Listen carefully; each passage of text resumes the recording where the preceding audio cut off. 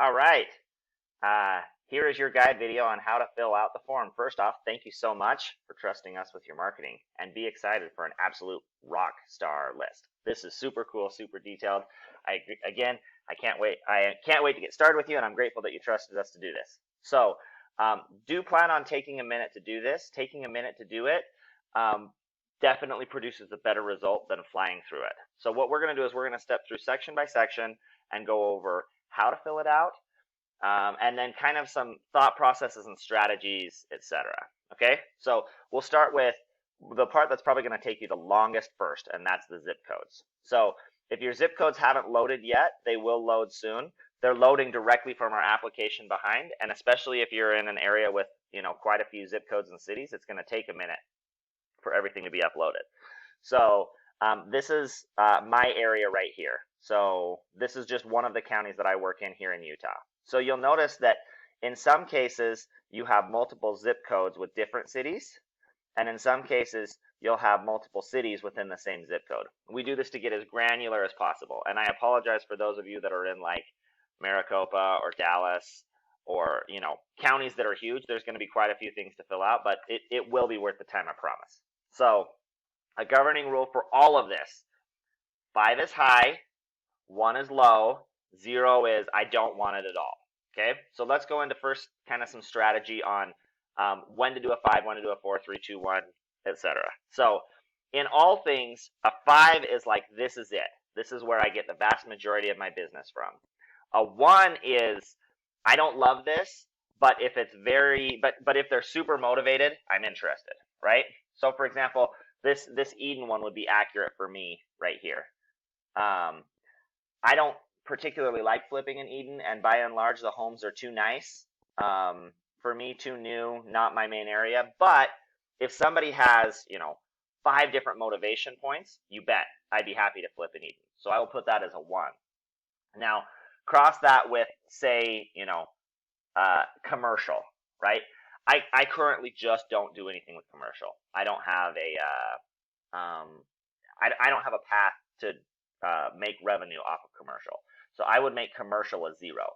So we have these pre-populate with kind of some suggested, but remember, a very important part of this is your expertise too. There's going to be certain things that you're going to know better than what I'm going to know just by seeing from a computer, and you're going to know your business better. So don't just stick with our pre-populated things, but realize that they are definitely a good range. So commercial is, I don't care how motivated they are, 0. Eden is, I don't love it, but I'm going to give it a 1. Because if it's motivated enough, I'll take it. Versus like Roy here, Roy gets a 5 because I love Roy. I've done a lot of work in Roy. So you score, and so we provided, Travis kindly, so this is for John, who's in Phoenix. This is kind of an example of what we provide for everybody. I chose his because he's got a lot of zip codes, and because he's awesome in letting us look at his.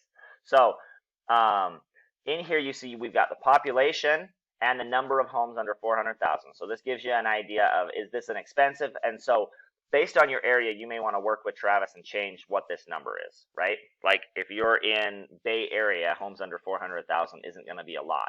But if Bay Area, San Francisco. But if you're in like St. Louis, homes under 400,000 is basically everything. So you look at the total number of homes that sold in this price range within the last year, and then what percentage of them went to absentee purchasers, and then what the number and the percent, and then the percent that sold to cash buyers that were an absentee owner. So the reason we give you this info is if you don't know necessarily a ton about your area, this kind of gives an idea of where are people, purchasing homes with cash.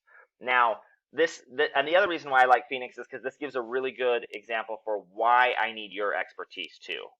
Because, in Phoenix, you may know, okay, let's take this Morristown, right? I don't know this, but you may know, hey, Morristown has a development in it called Leisure World, and that means that like they built like a 10,000 home complex that is all patio homes. There's a golf course in it, and it's all second homes. So our ideal client is not maybe necessarily, or just because somebody bought a home with cash and is an absentee as a vacation home is not the same type of person that bought a rental for cash as an absentee because it's the investor type of neighborhood. So that's where I'm saying I can look at this and say, hey, 35% of homes that sold in this area went cash absentee. And so you can look at that and say, oh, hey, this area is hot, but maybe there's something that I don't know. So we need a combination of both of our efforts to fill this out and do it at the highest level. So coming back to here to the investor machine, a really important part in this is I need an even distribution in zip codes. My algorithms don't work really well if everything's a 5 and a 1. And that's kind of even like the secret sauce in what we do is that it's not just on or off. If you go to list source, you can say if it's an absentee, send it to me. If it's not, don't, right? But we can say, we're going to score this a 5, a 4, a 3. So we can put them into percentiles to go way deeper and get way better lists and things like that. So ideally, I would like about 20% of ones that you fill out to be a 5, 20% to be a 4, 20% to be a 3, 20% to be a 2, and 20% to be a 1. Okay, so what happens if you like all these zip codes, right? So I'll look, for example, like here. Let's say I really like 84404 North Ogden. I really like North Ogden and Ogden, right? And Plain City, all of these. So how do I delineate between those? So if I look at a map and see, okay, what encompasses 84404 in Ogden, and I say, man, I would buy every single home in that neighborhood, and I've had success in all of it. Versus like, I look at Plain City, and it's like, okay, well, I like the homes that are older than 1960 there, but maybe only like a third of the houses are older than 1960. There's been a ton of new builds being built in the area. So I'm going to score that medium because yes, I love the old homes, but I don't necessarily love the new homes. And then we can get the extra points on year built without getting the extra points on the location. So that's one thought process that you can take. Another thought process is just rank it on like these are my favorite areas where I'm going to make the most. So that's essentially kind of my thought process with zip codes. Okay, now let's move over here to type of property. So SFH stands for single family home, 2 to 9 units, that would be a duplex, condo, commercial, land, others. So in all of these things, we're going to have an others or an unknown, right? Like this, see this not classified here in type of owner. So we get our data from a major list provider, and essentially they have the kind of similar to like how ListSource or Revo Gateway would get their data. So imagine you have every different county in America that has their own way of classifying your records. It's these guys' Herculean job, which they do get paid well for, to take all of that, consolidate it, put it into one form, and make it all make sense. By and large, they're good at it, but they're not perfect. So in every different aspect, there's things where they don't have the answer. They don't know what type of property it is. They don't. One of the most famous ones that we've heard about for a long time is the unknown equity list, which is like it may have equity, it may not. We're not sure. And so you can decide what do you want to do with the unknowns in different areas. Okay, so by and large, most real estate investors specialize in single family, oftentimes multi-unit too. You will know how much success you've had in condos. Me personally, I've had very little success in condos. This isn't, so if I were scoring this for my area, I would have this probably as a 5, this is a 3, this is a 2, and this is a 1. And I wouldn't go for others on this. I really like just single family homes, and an occasional multi-unit as well. Some people, if you're in more of like a turnkey type place and 2 to 9 units are the best, make this a 5, make single family a 4. That's what I've got for type of property. Type of owner. Okay, so type of owner, by and large, we buy most homes through individuals. Estates, meaning like this home is owned in the estate of Eleanor Sherrill Stop or whatever.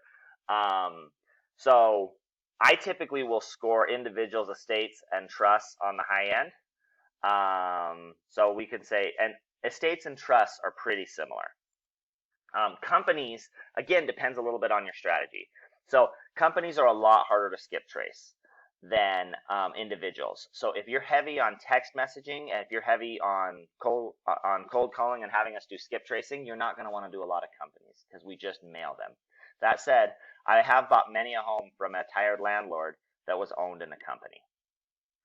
So, again, I have some people in the Midwest where the tired landlord is their main seller and they focus highly on companies, and other people not as much.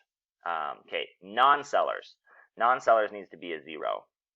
I think I left this up from before I updated it. I don't think my updated numbers are the same. So non-sellers is HUD or a bank or the government or the county or a church, like someone that at no point is going to sell. You absolutely want non-sellers as a 0.